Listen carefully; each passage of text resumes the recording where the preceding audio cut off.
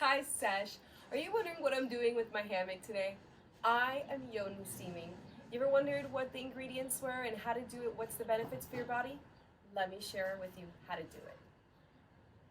Sesh goddesses, let me share with you something that I do on a regular basis. It's YONI steaming. It has helped me tremendously. I've had 2 babies. I wish I knew about this on my first baby. I'm one of those people that like gets so much cramps and I'm just crawling on the floor crying, just like, oh, heating pad, everything.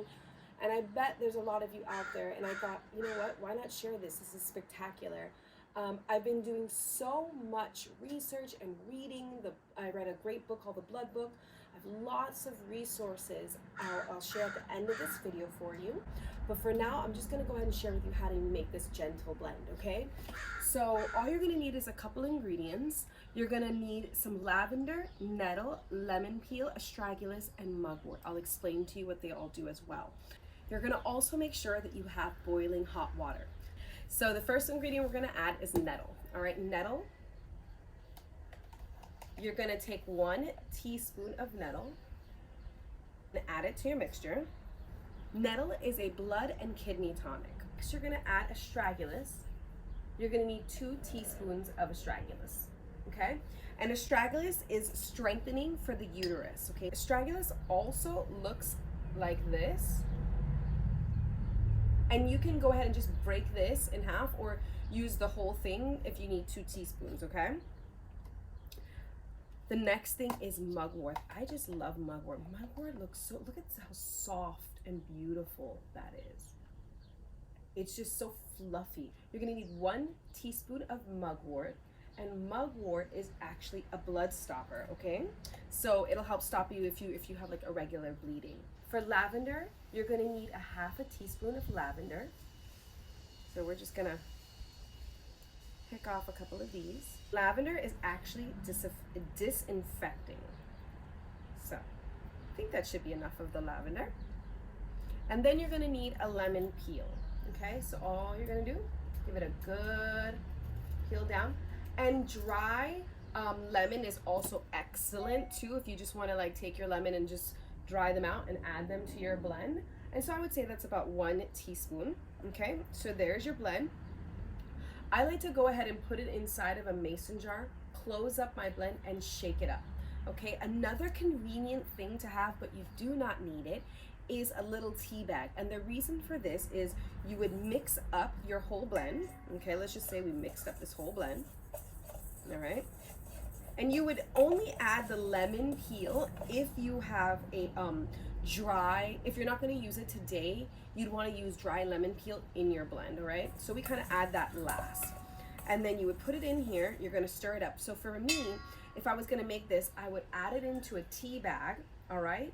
And then I would add my hot water, do the whole blend, take your tea bag out before you steam, so it's just the solution that you're steaming, put the tea bag in the refrigerator, and then tomorrow you can use it as well.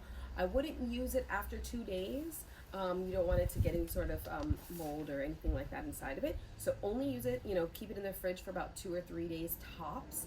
And I would use it for a second cycle. So I like to steam 3 days in a row. Once you've blended up your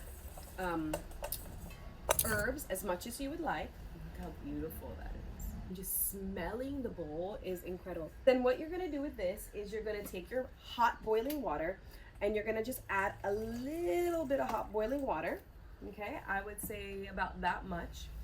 And then give it a good stir, okay? So normally, like I said, I would make this in a tea bag because it's just easy to store and then reuse or just throw away in my compost at home. If not, you can either dump it out in the yard with your flowers at the end, or you can compost it or just put it in the toilet bowl to throw it away. But then I would place a lid on top and let it sit there and steep for about 10 minutes. Once that's steeped for 10 minutes, I'll add some fresh hot water to that and I'll show you what we're gonna do. In the meantime, while that is steeping, I'm gonna go ahead and share with you how I like to steam. Now, you don't need these setups.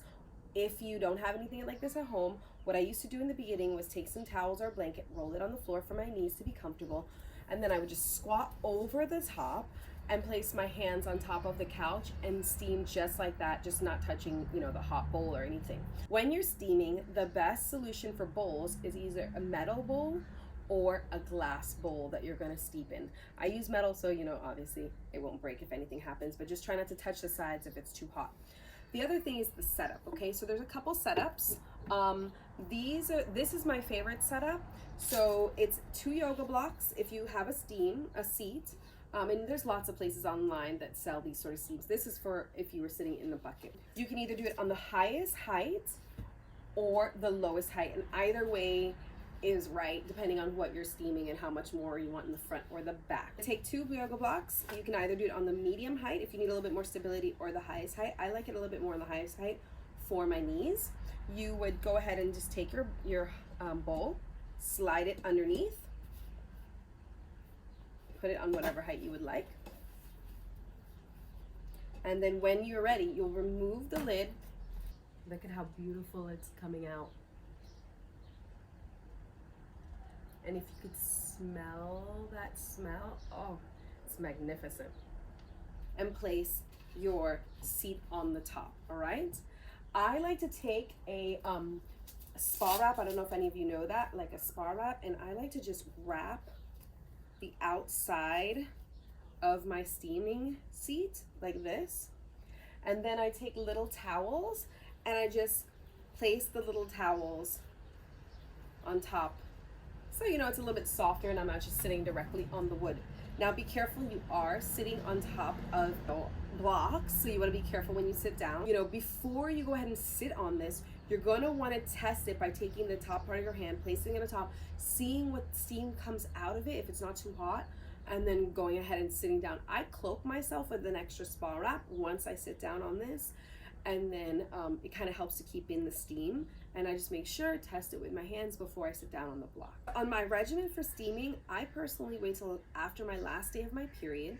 Once I know I'm okay, then I steam for 3 days after my period. And the reason I'm doing this is to get any extra clotting or any extra stale blood that's still inside out.